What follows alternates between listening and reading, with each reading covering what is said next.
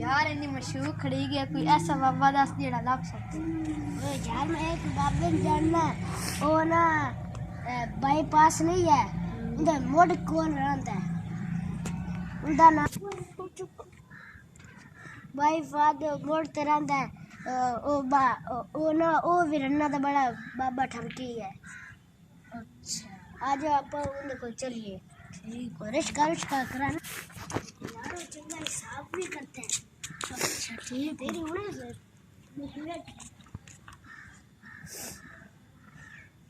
हक हक तेरे शक हक बाबा जी रुको रुको रुको ऊपर हट जा हट जा हट जा हट जा हट जा बैठो बच्चा बाबा जी मेरी मशहूर खड़ी है कि बड़े दिन आ गए इनको मेरी गाल पूछो बाबा जी तुसी इंदा हिसाब कर दो ए जा तो बाहर जाना जी मशहूर दे बाहर शौक ना होना साहब हक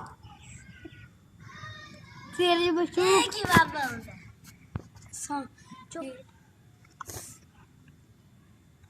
की ना इंदा बच्चा सफीना सफीना चलो जी नो इधर कर एकदम कौन सा मुल्क दिस रहा है देखो मनोर दिस रहा है वो लोर में ही होगी चलो जा पता कर 500 रुपया दे बच्चा 500 रुपया बाबा तेरी को मशहूर है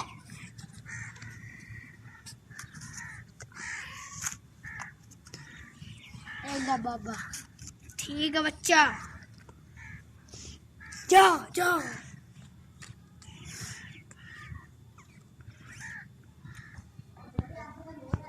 पैमान आज अपनी चंगी कमाई लग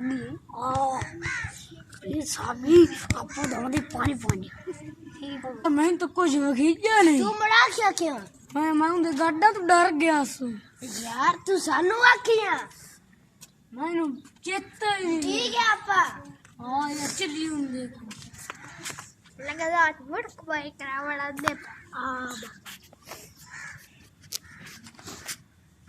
बाबा तू सानू उठे नहीं बच्चा क्या बच्चा मैं तो कोई शायद नहीं वखीजी तुसी लोर पूरा काम किया पूरे घूमे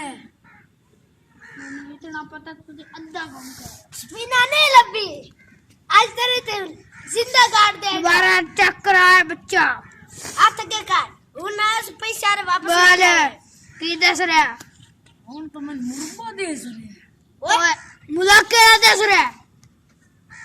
अब बेच तो कोई शायद नहीं दे रही अरे ना हमने कराची है तुसी लोर आके दिता चलो कराची जाके पता करो कराची जाके हाँ जी मैं बच्चा तेरे से मुल्तान करने हैं बच्चा पुकार मैं इन फड़ो तुसी सारे थोड़ा हथ नहीं आ सकते हां